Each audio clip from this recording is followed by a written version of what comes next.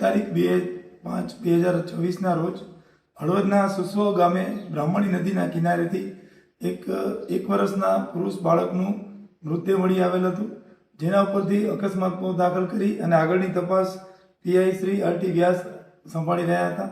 દરમિયાનમાં આ બાળકનું ફોરેન્સિક ટીમથી મૃત્યુનું ચોક્કસ કારણ જાણવાનો પ્રયત્ન કરવામાં આવેલો હતો, પરંતુ બાળકની ઓળખ થઈ શકેલ નહીં.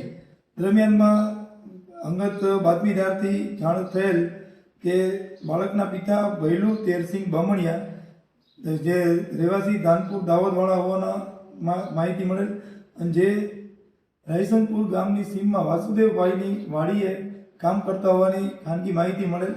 જેના આધારે તાત્કાલિક પીઆઈ આરટી વ્યાસ અને તેની ટીમે ત્યાં પહોંચી જઈ અને બાળકના પિતાની પૂછપરછ કરતા તેણે કબૂલ કરેલ કે આ ભૈલુ તેરસિંહ છે એમની ત્રીજી પત્નીથી એમને 2 બાળકો થયેલા હતા, જેમાંનું નાનું બાળક એ આ મૃત બાળક નવશિક નામનો ઉંમર વર્ષ 8 માસવાળો હોવાનું જાણવા મળેલ.